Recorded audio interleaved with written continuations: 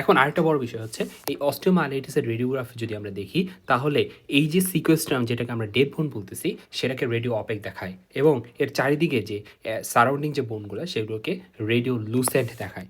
এই জিনিসটা আমরা যদি একটু রেডিওগ্রাফটা দেখি তাহলে আরও ভালো মতো বুঝতে পারবো। দেখো এখানে একদম ক্লিয়ারলি মাঝখানে কি মনে হচ্ছে, মাঝখানে একটা রেডিও অপেক, আর এর চারিদিকে কি আছে, রেডিও লুসেন্ট এরিয়া আছে। আবার সেম এই জায়গায় যদি আমরা দেখি এই যে রেডিও অপেক, এর চারিদিকে কি আছে, রেডিও লুসেন্ট আছে। আবার এখানে আরো ভালো মতো বোঝা যাচ্ছে মাঝখানে কি রেডিও অপেক, যেটাকে সিকোয়েস্ট্রাম বলতেছি। কি বলতেছি? সিকোয়েস্ট্রাম মানে কি? সিকোয়েস্ট্রাম মানে হচ্ছে ডেড বোন, মৃত বোন। এর চারিদিকে কি থাকবে? এই রেডিও লুসেন্ট তোমার এরিয়া থাকবে। ক্লিয়ার? তা আশা করি এই জিনিসটা বুঝতে পারছো। তো এখন আমরা যদি আবার এই যে এখানে একটু দেখতে চাই যে সিকোস্ট্রাম কেন তোমার রেডিও অপেক হইলো, সিকোস্ট্রাম রেডিও অপেক হয়েছে সেটা জানার জন্য তোমাকে আগে বুঝতে হবে যে সিকোস্ট্রামটা কেন ফর্মেশন হয়েছে। আমরা এটাও কিন্তু প্যাথোজেনেসিসে এটা আলোচনা করে ফেলছি যে সিকোস্ট্রাম কেন ফর্মেশন হয়েছে।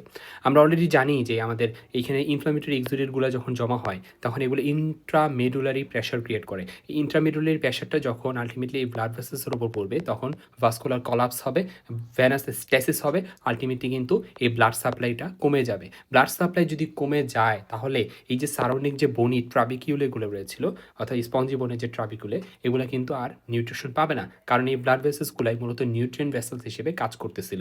আর একটা বড় বিষয় হচ্ছে ভেতরে ইনফ্লামেশনের জন্য ভাস্কুলার থ্রম্বোসিস গঠিত হয়, সেটার ফলেও কিন্তু নিউট্রিশন সাপ্লাইটা কাট অফ হয়ে যায়। এর ফলে কি কি কন্ডিশন ডেভেলপ করে? সারাউন্ডিং বোনগুলোতে ইনফ্রাকশন বা ইস্কেমিয়ার একটা কন্ডিশন ডেভেলপ করে। আর আমরা জানি যে কোনো জায়গায় ইস্কেমিয়া হলে কি হয়, অক্সিজেন লেভেল কমে যায়। অক্সিজেন লেভেল যদি কমে যায় সেই জায়গায় কি মেটাবলিজম ঘটবে?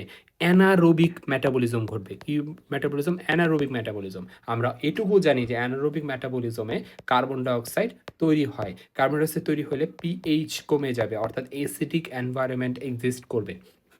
আর অ্যাসিডিক এনভায়রনমেন্টে জিনিসটা হয় সেটা হচ্ছে এই ডেড বোন বা সিকোস্টামে ক্যালসিয়াম সল্ট ডিপোজিটেড হবে, অর্থাৎ এটা অনেক বেশি হাইপার মিনারেলাইজড হয়ে যাবে। এই হাইপার মিনারেলাইজড হওয়ার কারণে এটাকে কি মনে হয়? রেডিও অপেক মনে হয় রেডিওগ্রাফে। কিন্তু এখন প্রশ্ন হচ্ছে এর চারিদিকে বোনগুলা কেন রেডিও লুসেন্ট?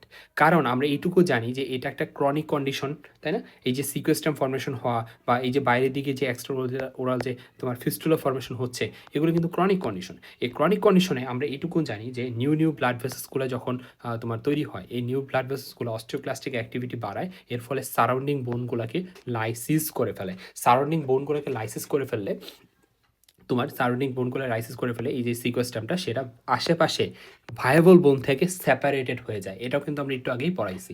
ঠিক আছে? তাহলে সারাউন্ডিং বোনগুলো তাহলে কী থাকবে? সারাউন্ডিং বোনগুলো অনেক বেশি তোমার রিজলভ থাকবে।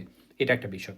আরেকটা বিষয় হচ্ছে সারাউন্ডিং বোনগুলা কিছুটা হলে ইনফ্ল্যামড, তাই না? আর ইনফ্ল্যামড হইলে এই জায়গায় কী থাকবে? এখন আশেপাশে বোনগুলো রিজলভ হওয়ার মানে কি? মানে হচ্ছে ওইখানে মিনারেলাইজেশন কমে যাবে, অর্থাৎ ডিমিনারেলাইজেশন। এর ফলে আলটিমেটলি ওইটা কী মনে হবে? তোমার অনেকটা রেডিওলুসেন্ট মনে হবে। ক্লিয়ার? রেডিওগ্রাফে রেডিওলুসেন্ট দেখায়। আচ্ছা, এই তো গেলো এই ব্যাখ্যাটা। এই জিনিসটাই আমরা আরও ভালো মতো বুঝতে পারবো এইখানে একদম নীলিমাতে এই জিনিসটা বলছে। দেখো রেডিওগ্রাফিক্যালি দ্য বোন সারাউন্ডিং দ্য সিকোস্টাম, অর্থাৎ যে বোনগুলা সিকোস্টামের চারিদিকে থাকে সেগুলো কি থাকে? সেগুলো লেস ডেন্সলি মিনারেলাইজড, ওগুলো কম মিনারেলাইজড থাকে। ডিমিনারেলাইজেশনের ফলে হাইপোমিনারেলাইজড থাকে। ঠিক আছে? বিপরীতে সিকোস্ট্রামটা অনেক বেশি মিনারেলাইজড থাকে। কেন থাকে? কারণ ইস্কেমিয়ার ফলে অক্সিজেন লেভেল কমে যায়, ফলে অ্যানারোবিক মেটাবলিজম হয়, ফলে কার্বন ডাইঅক্সাইড লেভেল বেড়ে যায়। বেড়ে গেলে জিনিসটা হবে পিএইচ এর পরিমাণ কমবে, মানে পিএইচ এর একটা চেঞ্জ আসবে, অর্থাৎ পিএইচটা কমে যাবে, তাই না?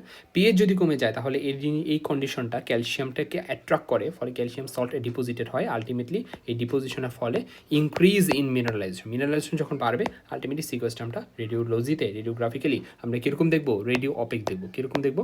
Radio opaque. ক্লিয়ার? আচ্ছা, এবং সারাউন্ডিং বোনগুলো কী দেখবো? Radio Lucent. কেন? কারণ লেস ডেন্সলি মিনারেলাইজড থাকে সেই জন্যে। ক্লিয়ার? আচ্ছা, আশা করি বুঝতে পারছি।